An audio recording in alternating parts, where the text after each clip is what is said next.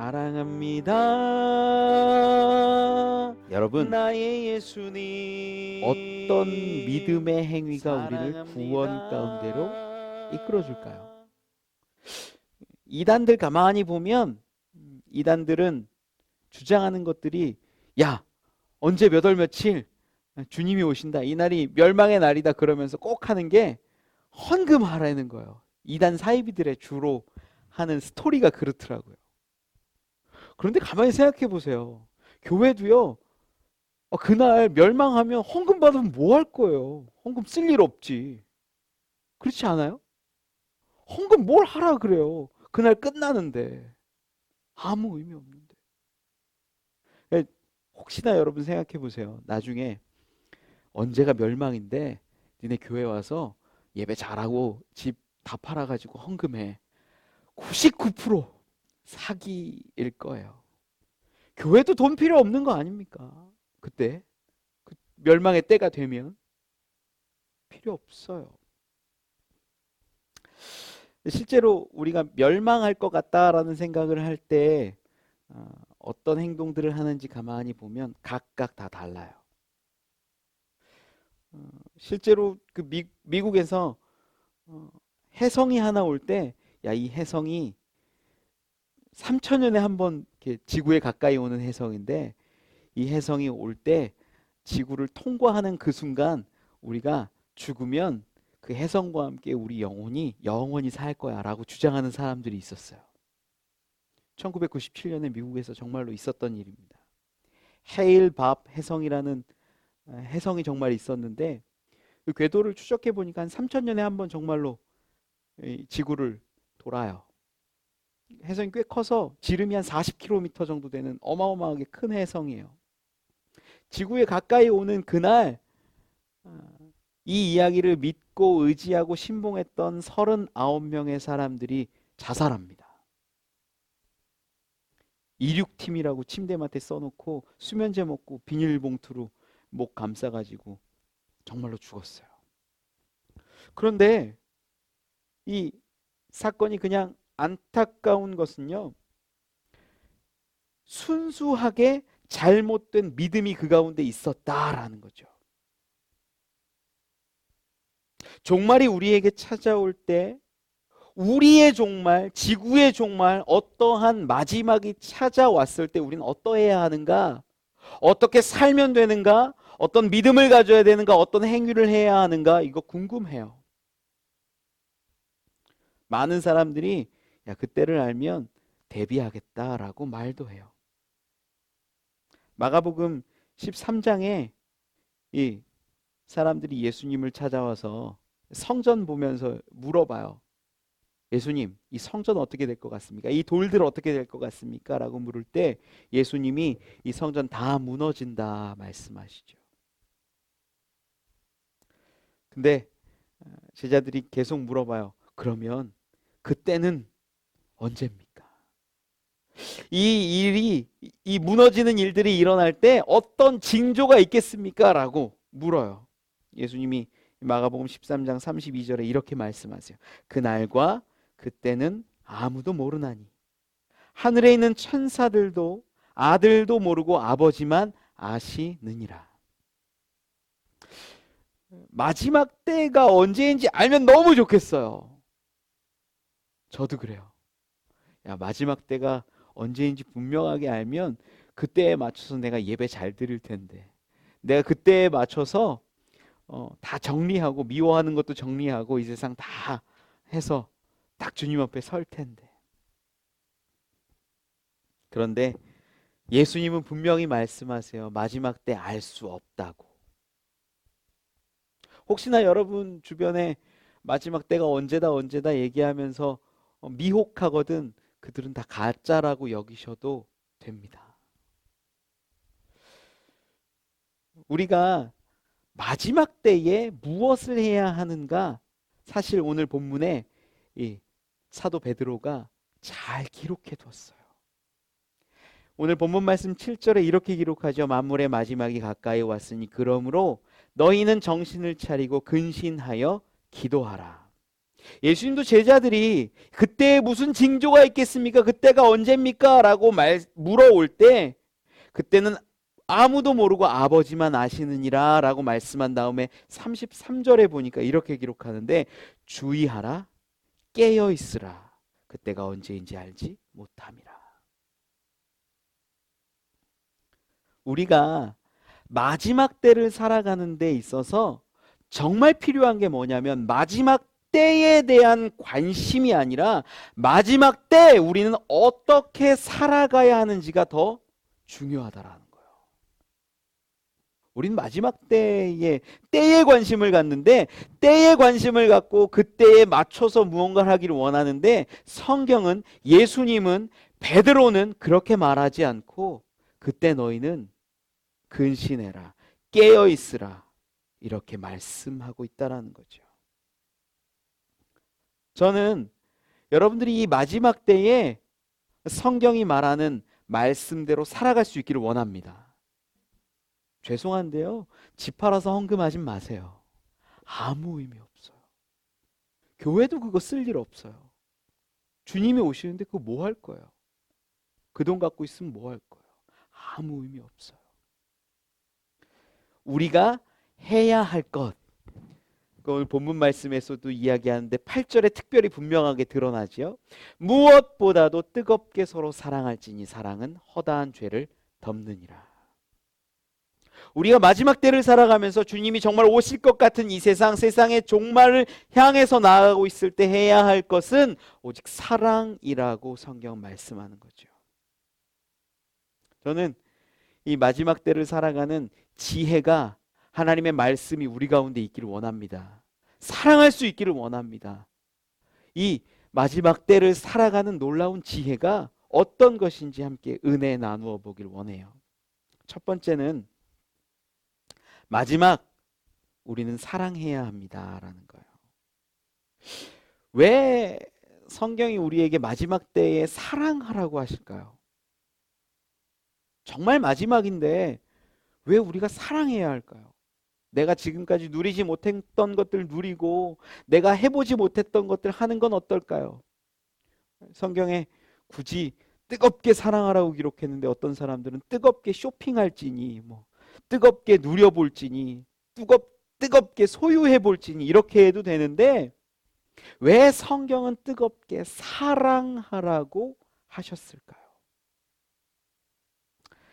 제자 양육을 하면 제자 양육할 때 제가 꼭 묻게 되는 질문이 몇 가지가 있어요. 그 중에 하나가 내가 한 이틀 뒤에 죽으면 어떻겠습니까? 이런 질문이에요.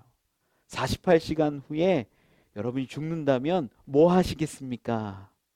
이런 질문을 한 번씩 해요. 이틀 뒤에 죽는다. 어떤 분은 생각 안 해봤다고 못 해봤다고 모르겠는데요. 뭐 해야 되죠? 라고 묻는 분도 있어요. 여러분에게 정말 삶이 48시간 남았다면 무엇 하고 싶으십니까?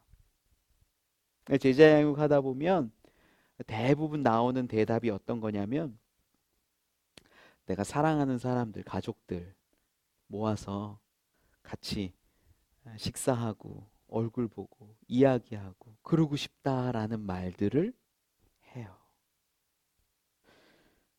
여러분 여기 계신 분들도 만약에 48시간 남았다라고 하면 뭐 하시겠어요? 야, 내가 옛날에 나한테 배신했던 그 사람 찾아가서 복수하리라. 야, 내가 이거 정말 하나 사고 싶었는데 이거 하나 사보리라. 이거 한번 소유해보리라. 야, 내가 시급 1억 정도 되는 직장 한번 구해보리라. 시급 1억 괜찮죠? 그거 뭐 할 건데요? 여러분 뭐 하시겠냐라는 거예요. 우리의 삶이 정말로 얼마 남지 않았다라면 마지막 때라면 우리가 무엇하고 그 남은 시간 보내고 쓰겠냐라는 거예요. 누구 혼내줄 것도 없어요. 탓할 것도 없어요. 원망할 것도 없어요. 정말 내일 모레 내 삶이 끝난다라고 했을 때 내가 지금 할 수 있는 거 돈 버는 것도 아니에요. 사랑해야 하지 않을까요? 재산도 필요 없지요. 미움이나 분노의 감정도 아무 쓸모 없지요. 여러분, 이 세상이 마지막 때라면, 내일 모레가 정말 이 세상의 종말이라면 여러분 무엇 하시겠습니까? 복수입니까? 물질입니까? 성공입니까? 취직입니까? 아니라는 거예요. 우리 가운데 가장 의미 있는 것은 사랑하는 것됨을 여러분 깨달으시기 바랍니다. 성경은요, 마지막 때에 서로 사랑하고 섬기고 봉사하라고 말씀하세요. 그 이유도 분명하게 말씀하시는데 8절 말씀에 사랑은 허다한 죄를 덮느니라. 이 덮는다라는 말이 커버라는 단어를 쓰잖아요. 그 죄를 덮어버린대요. 사랑이. 허물도 있고 죄도 있고 문제도 있고 아픔도 있고 상처도 있는데 그 사랑이 그 아픔을, 죄를, 허물을 완전히 덮어버리는 게 사랑이라는 거예요. 저는 저희 아들들이 막 콧물 흘리고 더럽게 해도 제가 그 아들들 얼굴에 뽀뽀합니다. 심지어 저희 둘째는 자기 코를 파갖고 제 입에다 집어넣어요. 엽기적이죠? 제가 아유 이게 뭐야, 이게 뭐야. 그렇게 화내지 않아요. 왜요? 사랑하기 때문입니다. 한 성도님 이야기를 좀 들었는데, 자녀가 올곧게 자라고 공부도 열심히 하고 항상 모범생이었어요. 야, 이 가정에 네가 등불이요 희망이다. 잘 자랐어요. 근데 이 자녀가 좋은 직장에, 대기업에 취직도 했어요. 그런데 어려운 것들이 많이 있었든지 난 못하겠다라고 이제 퇴직합니다. 근데 이 가정을 보면서, 아버지 어머니를 바라보면서 이 자녀가 마음에 아픔이 있었는지 우리 집은 왜 이렇게 가난할까라는 이 마음이 많았대요. 이 자녀가 돈을 벌고 싶었어요. 그래서 했던 게 비트코인이랍니다. 여기도 하신 분 계세요? 비트코인을 했대요. 비트코인 하니까 돈을 막 몇백만 원씩 벌더래요. 좋았대요. 행복했대요. 있어서 조금 쓰기도 하고 용돈도 줬대요. 어느 날 비트코인이 폭락하고 말도 안 되게 어려움에 처했답니다. 빚을 갚아야 되는데 빚을 갚지 못했대요. 카드 돌려막기 합니다. 막아집니까? 빚이 늘어나지요. 수천만 원의 빚을 진 상태에서 이 큰 아들이 엄마 아빠에게 사실을 고했대요. 사실 돈 벌고 싶어서 이렇게 했습니다. 잘못했습니다. 이 아버지가 노발대발했답니다. 이 자식도 아니라고 그러고 뭐 화가 났겠죠. 얼마나 분노했겠습니까? 얼마나 속상했겠습니까? 항상 믿었고 이 가정의 등불 같았던, 잘하는 모범생 같았던 그 아들이 수천만 원의 빚을 가지고 오니까 얼마나 속상했겠어요. 근데 이 어머니가 얘기했대요.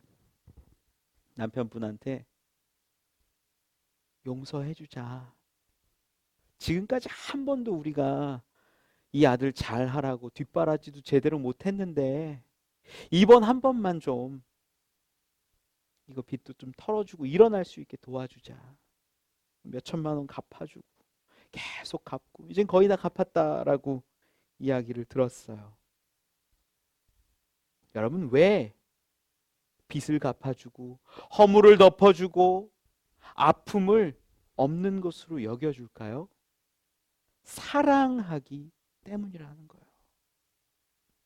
우리는요, 인간이라 실수와 죄 투성이에요. 저도 얼마나 많이 실수하는지 모르고요. 제 입술에 부족함이 얼마나 많은지 몰라요. 여러분들도 가정에서, 밖에서 드러나는 모습과 가정에서 드러나는 모습들이 얼마나 많이 다르겠습니까? 직장에서의 모습, 교회에서의 모습, 가정에서의 모습이 각각 다르고 부모에게 자식에게 존경받지 못할 때도 많습니다. 우리의 잘못과 죄와 허물을 이야기하면 우리는 온전하지 않으나 그리스도인의 핵심, 그리스도인의 은사, 그리스도인의 능력은 사랑입니다. 그 사랑이 죄를 덮고 허물을 덮는다라고 성경이 말하고 있다라는 거예요. 여러분, 마지막 때는요, 죄를 짓지 않는 게 아니에요. 의롭게 살아가는 우리의 모습이 아니에요. 죄를 지어도 용서, 허물을 보아도 덮어주고, 이해해주고, 보듬어주는 그것이 우리의 은사요, 능력이요, 사역됨을 믿으시기 바랍니다. 우리 그리스도인이 사랑하지 않으면 누가 사랑하겠느냐라는 거예요. 세상은요, 정의롭습니다. 세상은 심판자 같습니다. 세상은 용서하지 않아요. 하지만 교회에는, 교회 공동체에는, 우리 그리스도인에게는 용서와 사랑, 허물을 덮어줌이 있어야 합니다. 부모도 자식을 그렇게 사랑하고 용서해 주는데 우리 하나님은 우리를 어떻게 용서하실까요? 때려도 이해, 맞아도 사랑, 실수해도 미소, 그것이 그리스도인만이 할 수 있는 놀라운 능력됨을 저는 믿습니다. 그것이 은사요, 마지막 때를 살아가는 우리의 모습이어야 합니다. 두 번째 은혜 나누기를 원하는 것은요, 고난 가운데 하나님의 영광을 돌린다라는 거예요. 이 마지막 때를 살아가는 사람들, 그들에게 준 이 사도 베드로의 말씀이 어떤 거였냐면, 야, 너희 깨어 있어라, 근신해라, 사랑해라. 특히 말씀하려거든 하나님이 말씀하시듯, 무언가를 공급하려면 하나님이 공급하시듯 서로 섬기고 청지기처럼 살아라, 이렇게 권면하거든요. 그런데 그냥 서로 섬겨라, 좋아라 라고 이야기만 하는 것이 아니라 고난 가운데에서도, 또한 치욕 가운데에서도 그것을 기쁨으로, 즐거움으로 참여하고 받아들여라 라고 말씀해요. 13절에는 이렇게 기록합니다. 오히려 너희가 그리스도의 고난에 참여하는 것으로 즐거워하라. 이는 그의 영광을 나타내실 때에 너희로 즐거워하고 기뻐하게 하려 함이라. 예수 믿는 게요, 야, 내가 하나님 앞에서도 면류관 받고 칭찬받을 만한 일이고 또 세상에서도 인정받고 사랑받을 일이면 얼마나 좋겠어요. 그런데 베드로는 그렇게 말하지 않아요. 성경은 그렇게 말씀하지 않아요. 우리가 하나님 앞에서 그리스도인 됨으로 때로는 고난받고 치욕 가운데, 부끄러움 가운데 거할 것을 말씀하고 있다라는 거죠. 기독교인으로서 여러분, 고난받고 치욕 가운데, 부끄러움 가운데 거하기 좋으십니까? 쉽지 않죠. 저희 어머니 권사님이 예전에 이 금강산 관광의 길이 열렸을 때 금강산을 다녀오셨어요. 금강산 가면 뭐 이렇게 관광 코스가 다 있대요. 산 쭉 올라가는데 중턱쯤 올라가다가 그만 올라가고 안 올라가고 싶더래요. 이렇게 중간에서 이렇게 내려오는데 그 금강산 등산로의 곳곳에 이렇게 북한에 뭐 감시원이라고 얘기해야 되나 안내원이라고 얘기해야 되나 그런 분들이 이렇게 곳곳에 있답니다. 그분하고 대화할 수 있게 되었대요. 뭐 경제 얘기도 하고 정치 얘기도 하고 뭐 일본 얘기도 하고 미국 얘기도 하고 쭉 얘기를 하는데, 그러다가 야, 금강산 참 아름답다, 그런 얘기가 나왔대요.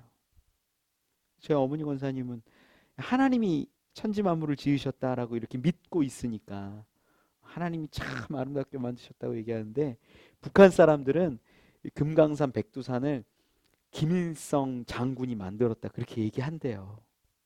그래갖고 아니라고, 하나님이 만드셨다고.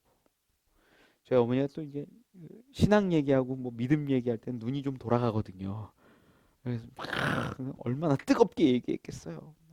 그러니까 그 북한 사람이 묻더래요.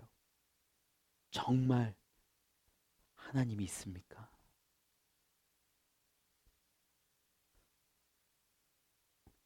그 사람에게 분명하게 하나님을 예수 그리스도를 선포하고 이 길을 내려왔어요.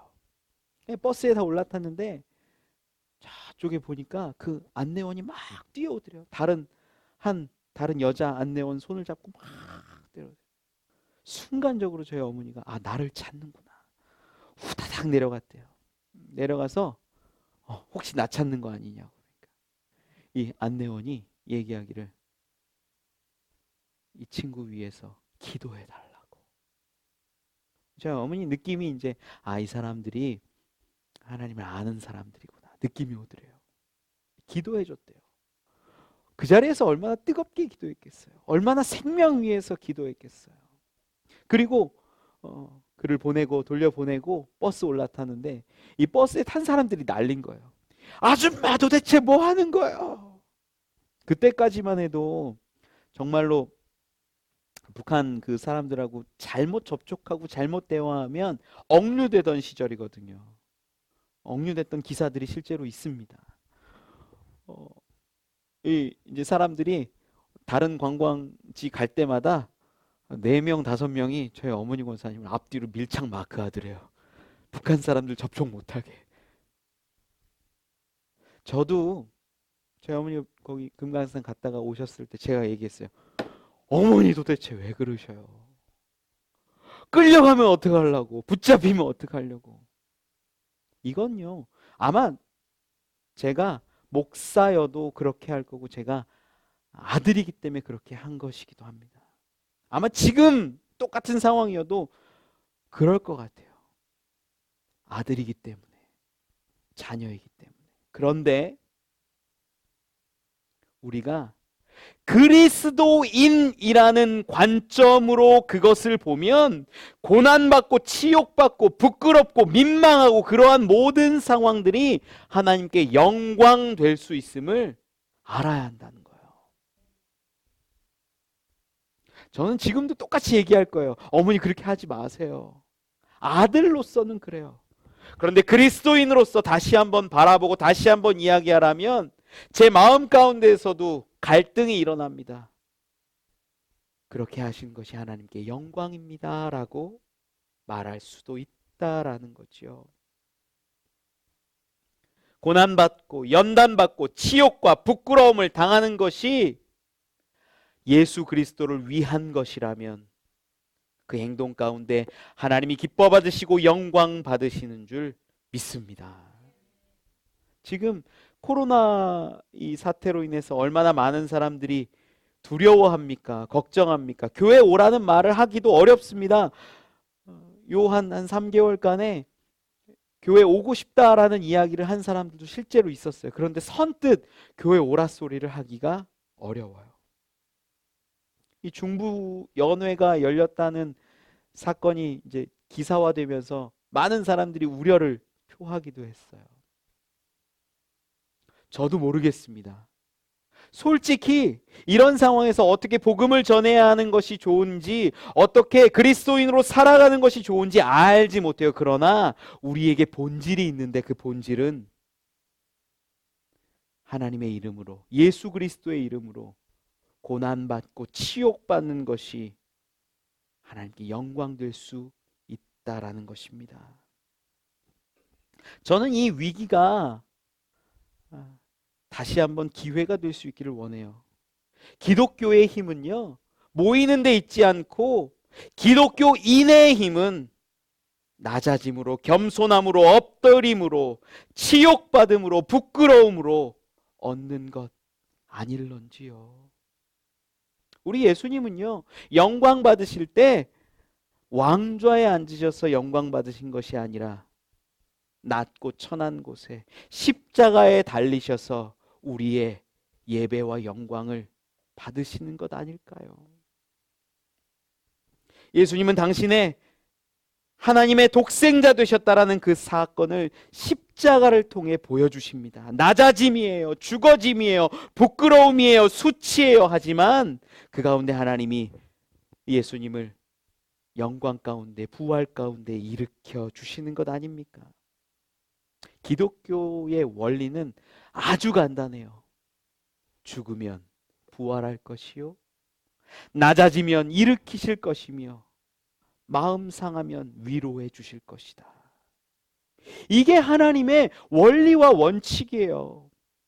베드로도 이야기합니다. 우리가 고난받고 치욕받고 우리가 아픔 가운데 연단 가운데 있을 때 하나님이 우리 가운데 기뻐함으로 영광 받으신다 말씀합니다.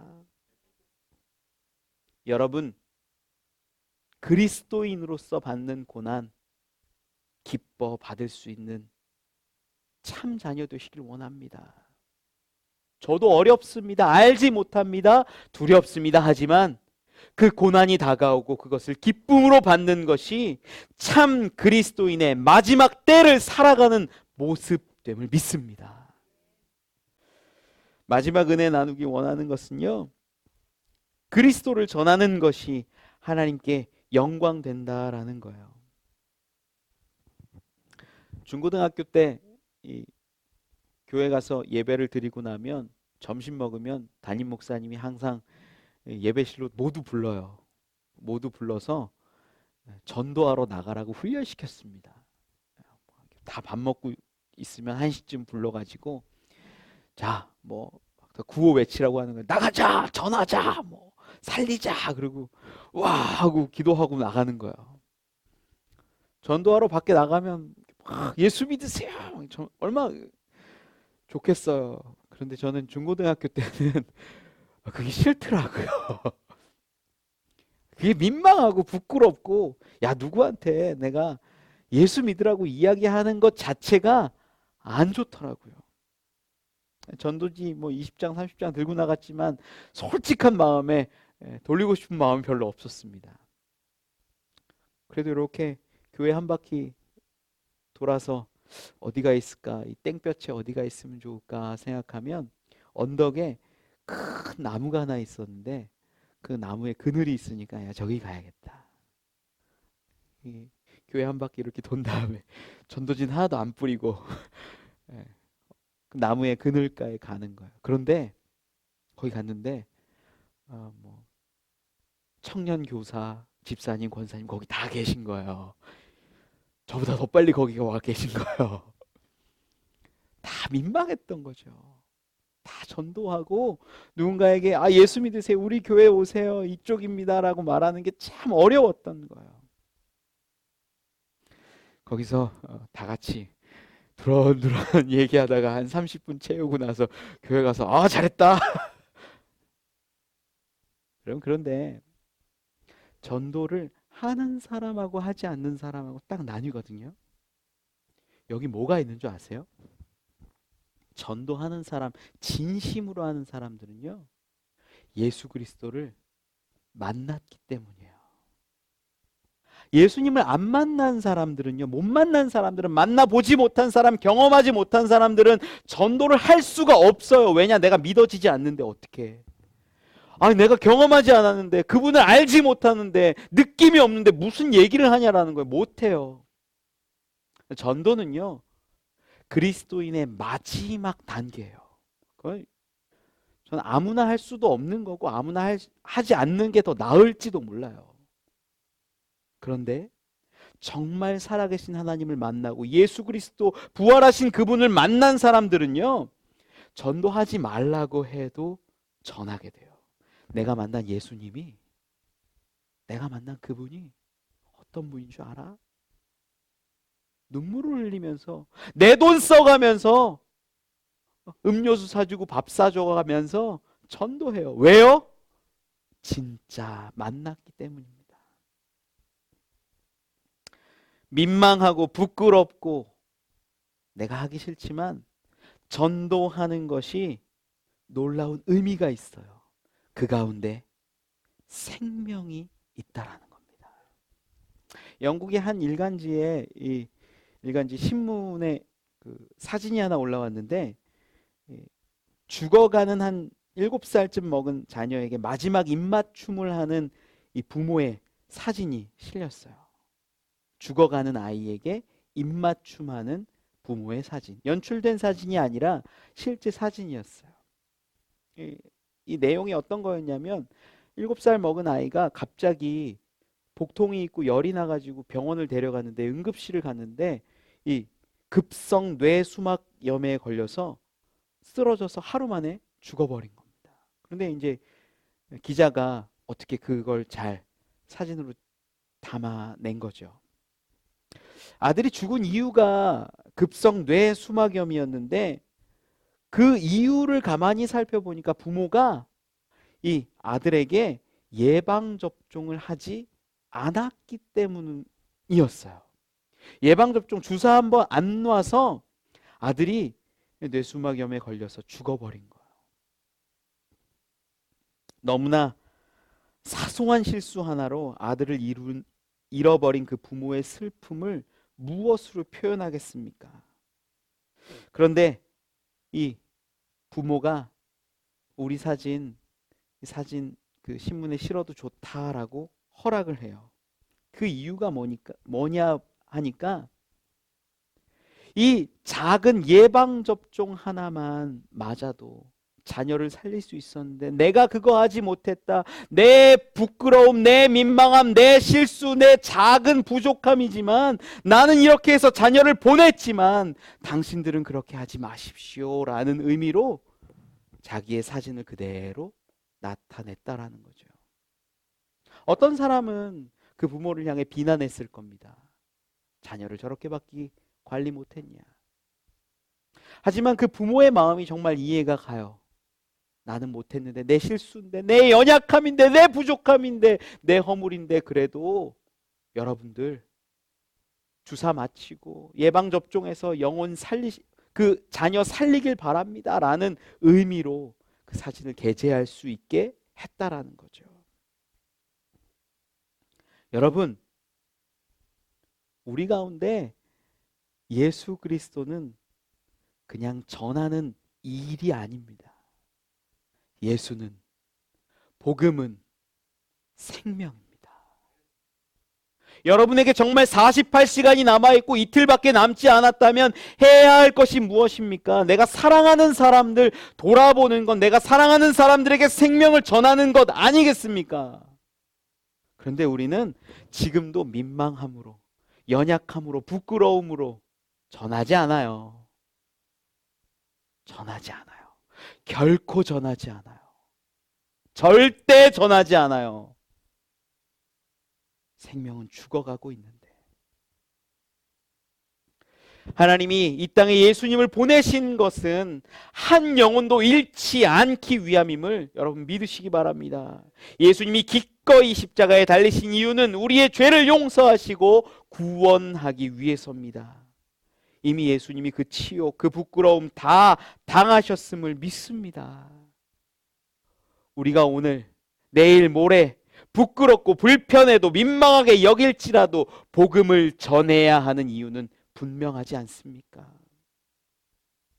예수 그리스도는 생명이기 때문입니다.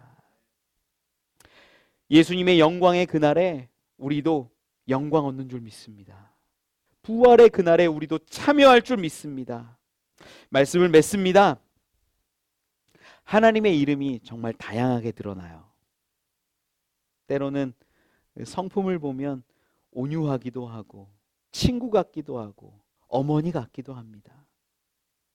때로는 불같이 화내는 아버지 같은 모습을 보이기도 하고 좋은 모습도 있습니다.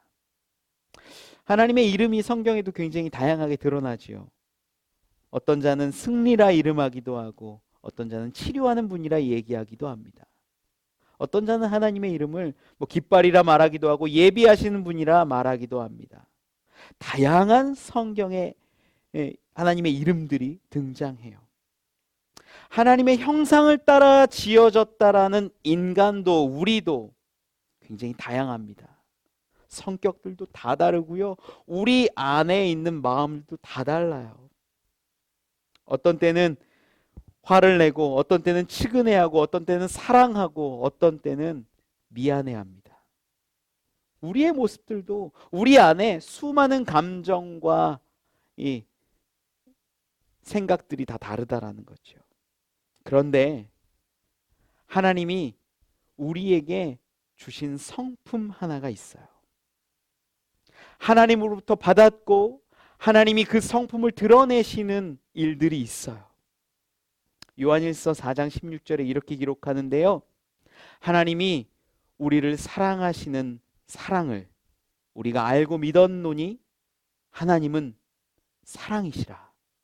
사랑 안에 거하는 자는 하나님 안에 거하고 하나님도 그의 안에 거하시느니라.